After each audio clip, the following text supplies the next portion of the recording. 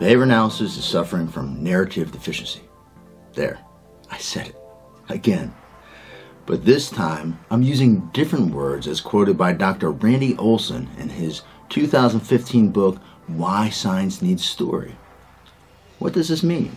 Well, in our field, we have over 100 years of science to verify a behavioral approach. 50,000 plus BCBAs, 5,000 plus BCABAs, and over 100,000 RBTs supporting the needs of numerous people across the world. I'm proud of our field. But if you dig into the data, you will find that 73.16% at the time of this filming of our workforce is focused only in autism spectrum disorder related areas. 73.16%. How can that be given our science can help anybody, anywhere, produce socially valid outcomes? The reason? The mainstream does not know of our science. And I would argue that the root cause is because we suck at storytelling. We need to tell stories. And when I say stories, I mean narratives that have messages to capture and compel the listener to learn more about, seek out services from, and eventually adopt the principles of applied behavior analysis. There have been a handful of people who have told stories about our science that have gone mainstream. Bad stories. Stories like those by best-selling authors Daniel Pink or Alfie Kohn, who clearly misunderstand and misrepresent our science.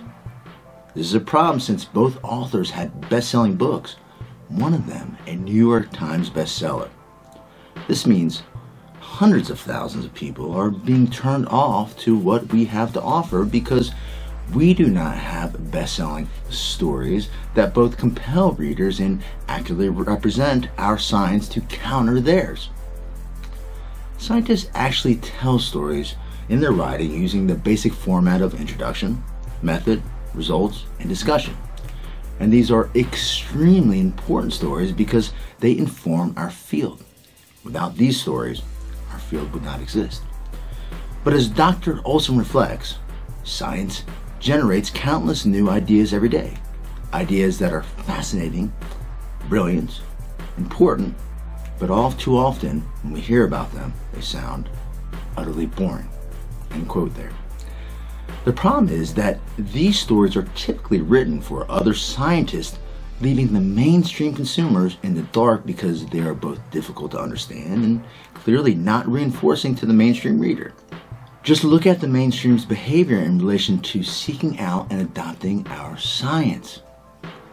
Storytelling is a skill, one that has been leveraged by famous screenwriters and directors like George Lucas and Steven Spielberg, who produced blockbuster hits like Star Wars and Indiana Jones.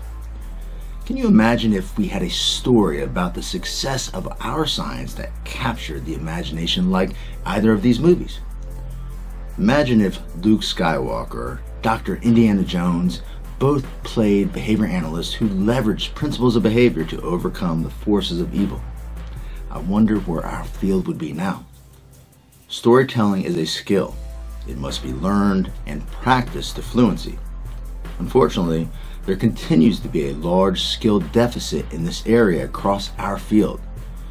Besides it being a skill, many scientists, including behavior analysts, have a fear of storytelling. In other words, there is a motivational deficit.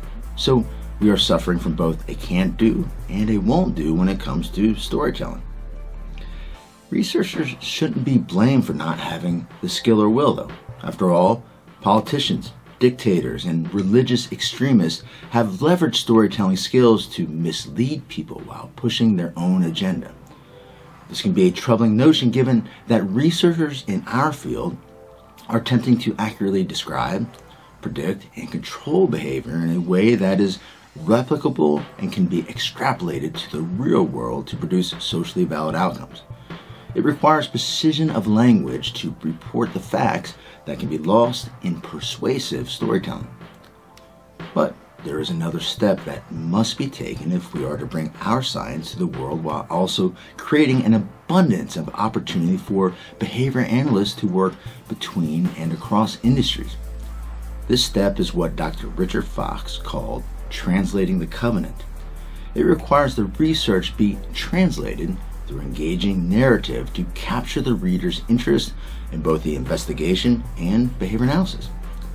As Skinner recommended, select words for their effects on the listener, not for their effects on the speaker. Look, we can't expect researchers to do it all. They're doing plenty, meaning conduct good research and tell good stories to share the research in a way that's consumable and compelling.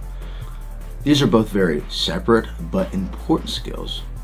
I would suggest there be a collaboration, a melding of the minds, if you will, where researchers and storytellers, i.e. disseminators, work hand in hand to bring our science to the world.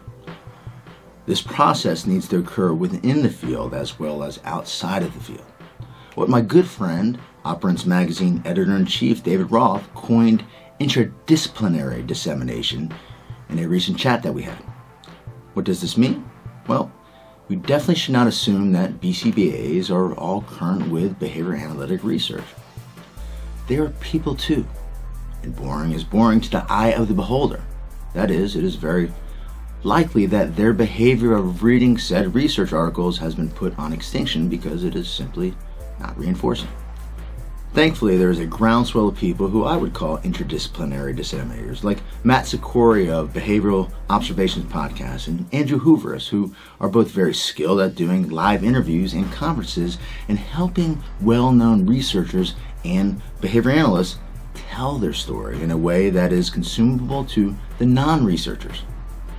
If you think about it, behavior analysis is made up of two general classes of behavior: research and dissemination. While much focus has traditionally been put on the research aspect, very little is placed on dissemination. But what good is research if people can't understand it, can't make it through an article, or simply aren't aware of its existence?